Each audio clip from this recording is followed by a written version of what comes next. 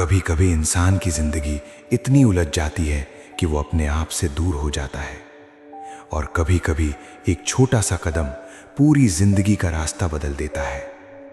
आज की कहानी उसी तब्दीली के बारे में है। एक बार की बात है, पहाड़ों से घिरे एक छोटे से गांव में एक 24 साल का नौजवान रहता था जिसका नाम था मीरॉन। मीरॉन बहुत बेचैन रहता था। उसका दिमाग हमेशा सोचों से भरा रहता था। दिन भर नई नई सोचें आती जाती रहती थीं और ये सोचें उसे बेचैन और थका देती थीं। वो हमेशा अपने माजी के बारे में उदास रहता था और अपने मुस्तकबिल के बारे में फिक्र में डूबा रहता था। जिंदगी में सबसे भारी बोझ वो सोच होती है जो इंसान को सच्ची तरह जीने नहीं देती। मीरॉन भी उसी बोझ तले दबा हुआ था। इन सोचों की वजह से उसका दिमाग एक तूफान की तरह था। न उसे चैन मिलता था, न ठीक से नींद आती थी, और वो मुस्कुराना भी भूल गया था। एक दिन मीरॉन ने पहाड़ों में एक दूर दराज गांव के बारे में सुना। लोगों ने बताया कि वहां एक बहुत ही समझदार बुजुर्ग रहते हैं। वो शहर में एक मशहूर साइकोलॉजिस्ट हुआ करते थे। उन्होंने अपनी जिंदगी में बहुत लोगों की मदद की थी और उन्हें सिखाया था कि अपने दिमाग में सुकून कैसे पाया जाए।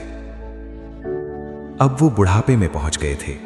उन्होंने शहर की भागती दौड़ती जिंदगी छोड़ दी थी और कुदरत के करीब एक खामोश गांव में रहने लगे थे।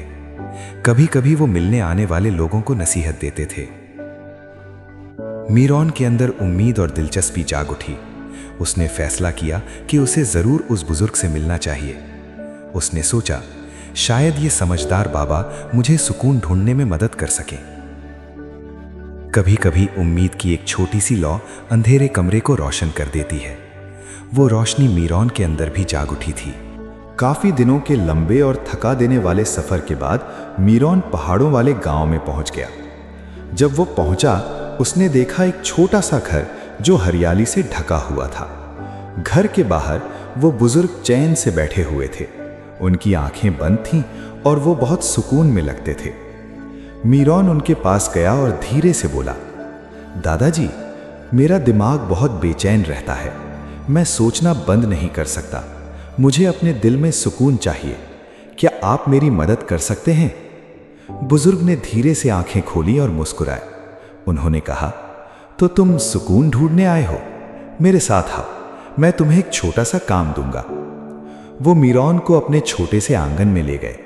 फिर उन्होंने एक गिलास पूरा भरपूर पानी से भर दिया। गिलास इतना भरा था कि जरा सी भी हरकत से पानी गिर जाता। उन्होंने गिलास मीरॉन को दिया और कहा, यहां से गांव की हद तक जाओ और वापस आओ, लेकिन याद रहो, पानी का एक भी कतरा नहीं गिरना चाहिए। मीरॉन हैरान हुआ, लेकिन उसने चैलेंज कबूल कर लिया। उसने ध्यान से गिलास थामा और चलना शुरू कर दिया। रास्ता तंग था और बिजी था। कुछ लोग चल रहे थे, कुछ भाग रहे थे। दुकानदार ग्राहकों को बुला रहे थे और कुत्ते भौंक रहे थे। लेकिन मीरॉन ने इधर उधर नहीं देखा। उसकी नजर सिर्फ गिलास पर टिकी रही। वो धीरे धीरे कदम कदम आगे बढ़ता रहा। लोगों ने हैरत से उसकी तरफ देखा, लेकिन किसी ने उसे डिस्टर्ब नहीं किया। वो जानते थे कि वो कुछ जरूरी सीख रहा है। आखिरकार मीरॉन बुजुर्ग के पास वापस आया और बोला, दादाजी, मैंने कर दिया। पानी का एक भी कतरा नहीं गिरा। बुजुर्ग ने मुस्कुराकर पूछा, ये अच्छी बात है, लेकिन बताओ, क्या तुमने रास्ते के किनारे खेलते बच्चे देखे? क्या तुमने कुत्तों की भौंकने की आवाज सुनी? मीरॉन ने हैरानत से जवाब दिया, नहीं, मैंने कुछ नहीं देखा, कुछ नहीं सुना। मेरी पूरी तवज्जो सिर्फ गिलास पर थी। 2 सेकंड का पॉज, डीप वार्म टोन। बुजुर्ग ने नर्म मुस्कुराहट के साथ कहा, यही तो राज है।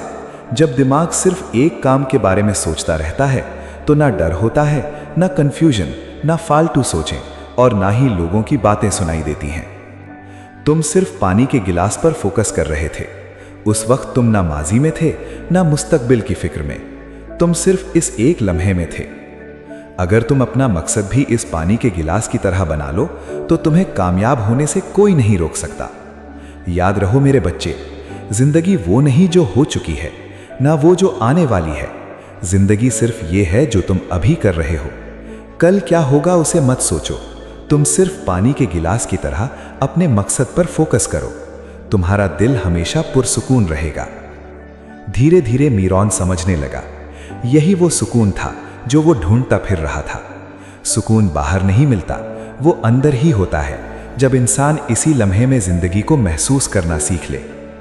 मीरॉन ने सर झुकाया और बोला, दादाजी, अब मुझे समझ आ गया। अगर मुझे अपना दिमाग शांत करना है तो मुझे प्रेजेंट मोमेंट में जीना सीखना होगा। यही सच्चा सुकून है। बुजुर्ग मुस्कुराए। सूरज ढलता जा रहा था। आखिरी रोशनी जमीन को छू रही थी। परिंदे अपने घोंसले की तरफ लौट रहे थे।